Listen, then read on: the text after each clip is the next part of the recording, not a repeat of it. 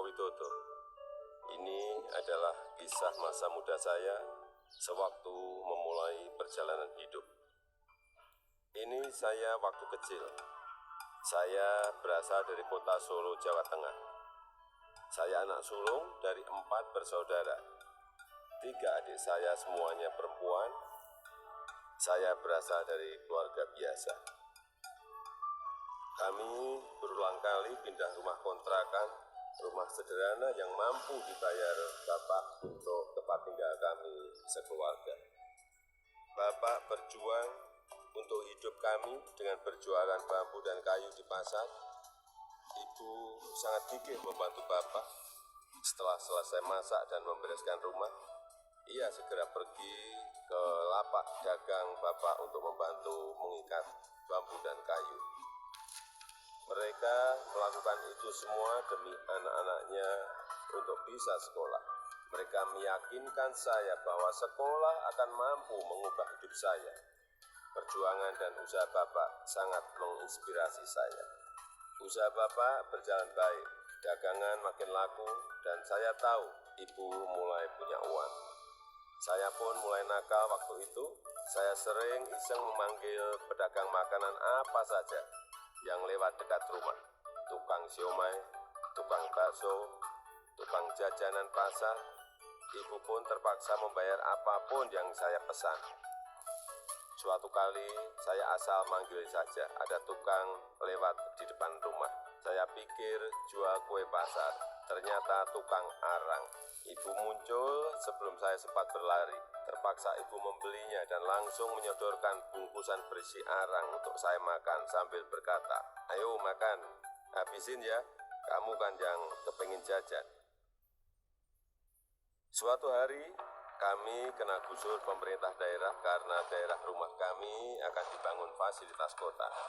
Kami sekeluarga terusir begitu saja tanpa ada perhatian di mana kami akan tinggal. Kejadian ini membuat kami sekeluarga sangat terpukul. Kami terpaksa menumpang di rumah paman. Keadaan yang sulit membuat kami sekeluarga gigih berjuang lebih keras.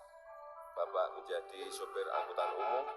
Setelah sekolah, saya membantu ibu berjualan di pasar meneruskan usaha Bapak. Kami sekeluarga menjalani hidup tanpa mengeluh dan saling mengalirkan energi positif. Bersama-sama kami berjuang untuk tidak lagi menumpang. Kerja keras tidak pernah sia-sia. Bapak bisa membuka bengkel usaha kayu. Setelah beberapa tahun, akhirnya uang bisa terkumpul untuk membeli rumah sederhana. Tahun 1980 akhirnya saya memutuskan untuk kuliah di jurusan Teknologi Kayu, Kehutanan UGM. Saya memilih jurusan tersebut agar saya dapat belajar lebih mendalam tentang perkayuan. Saya ingin mengikuti jejak Bapak, ingin membangun bisnis kayu Bapak menjadi besar. Ini saya gondrong waktu kuliah, dan saya suka banget dengerin musik cadas dari Nazareth, Queen, Metallica, Judas Priest, Guns N' Roses. Saya juga hobi banget naik gunung, Gunung Lawu, Gunung Merapi, Gunung Merbabu, Gunung Kerinci, sudah saya daki. Menginjak masa penulisan skripsi di dekat akhir kuliah, saya sudah agak kalem. Akan menginjak dunia kerja, saya memutuskan untuk lebih serius. Saya bertemu dengan gadis bernama Iriana. Dia teman adik saya yang sering main ke rumah. Pertama curi-curi pandang, lama-lama jadi jatuh cinta. Iriana orangnya sederhana dan itu yang saya suka. Pacaran waktu itu berat di ongkos tapi ringan di hati. Saya naik bus penuh sesak, bolak-balik Jogja Solo demi bertemu Iriana.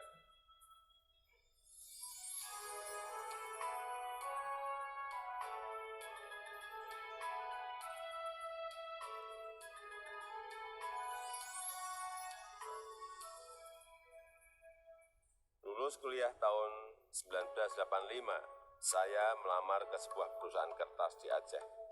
Setelah diterima, saya baru tahu akan ditempatkan di hutan rimba. Pekerjaan saya adalah mempersiapkan persemaian pinus untuk kemudian ditanam di lapangan di hutan-hutan yang gundul.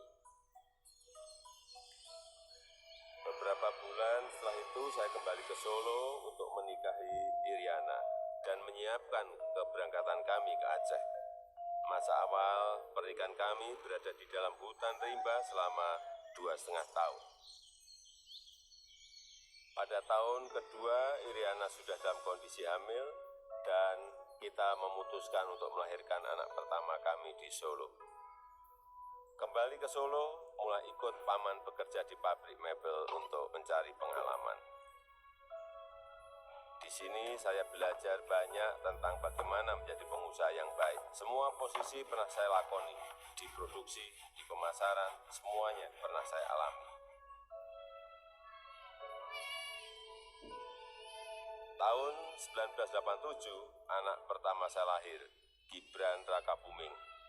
Gibran itu singkatan dari gigih dan berani. Saya ingin putra pertama saya punya semangat hidup seperti namanya. Lahirnya Gibran juga memicu saya untuk mendirikan perusahaan pertama saya yang bergerak di bisnis mebel dengan nama CV Rakab.